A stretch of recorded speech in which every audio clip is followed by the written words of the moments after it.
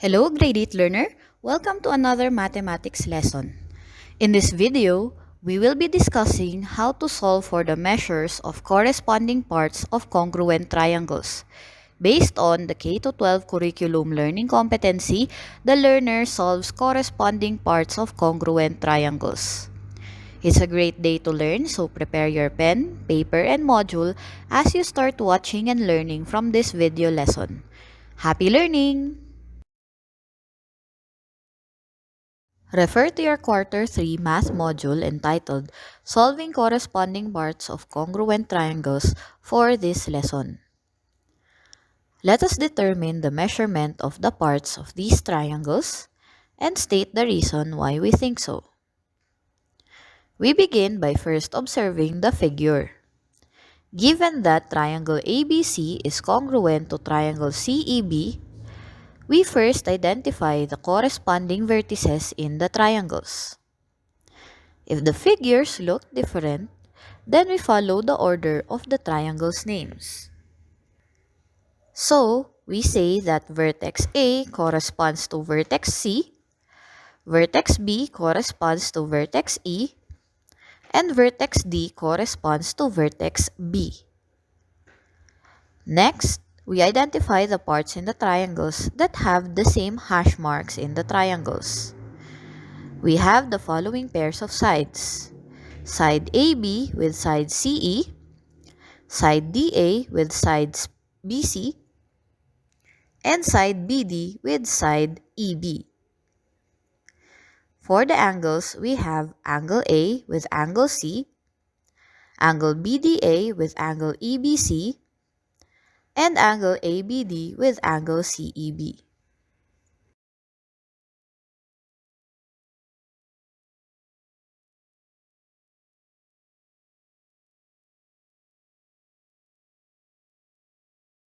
Let us process what we know.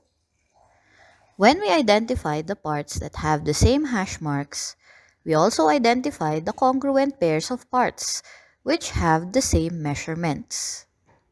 Thus, we paired the following congruent sides: side AB and side CE, side AD and side CB, and side BD with side EB.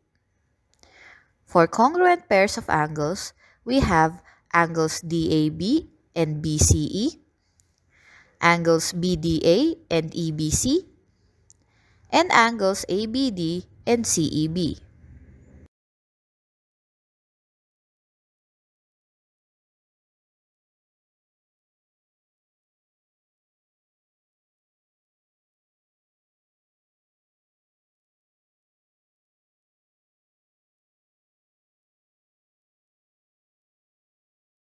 Now let's solve. Let us first identify the measurements of sides in the triangles which have no measurement. Then we justify or state the reason for our answer. First, we identify the measurement of side AB. We see that side AB have the same hash mark as side CE. This means that side AB should measure 3 units since it is congruent to side CE.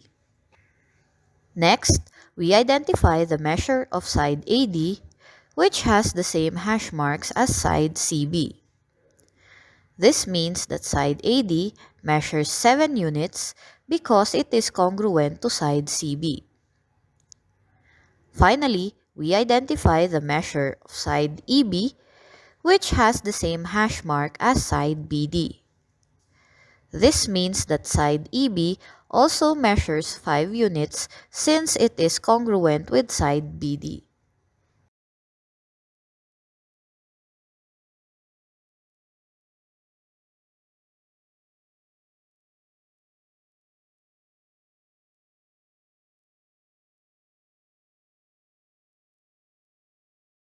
Now we identify the measures of the angles and state our reasons for our answers.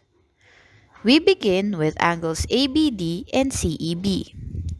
Both angles have the same marking, which is a small box, which represents a right angle. Thus, Through the figure, we say that angles ABD and CEB measure 90 degrees. Next, we see angle EBC, which has the same marks as angle BDA. Since this means that angle EBC is congruent to angle BDA, and angle BDA measures 35 degrees, angle EBC will also measure 35 degrees. Angles BCE and DAB have the same marks, but neither has a measure labeled on them. We know, however, that the sum of the angles in a triangle measures 180 degrees. Thus, if we subtract the measures of the angles that we know, like angle CEB and EBC in triangle CEB, from 180 degrees, then we can derive the measure of angle BCE as 55 degrees.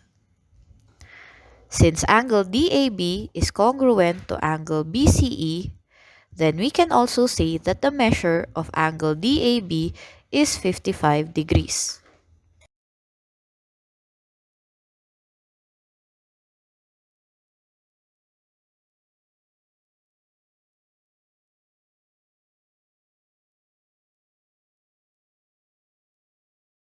Let us state our conclusions.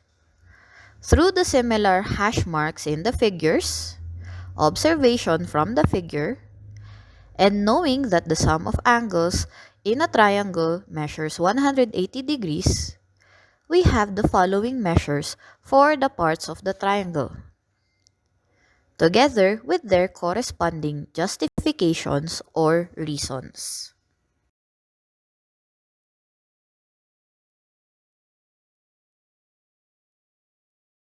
Congratulations for finishing this video lesson. Now apply what you've learned by answering the activities in the activity sheet. Happy learning! We'll see you again in our next video lesson.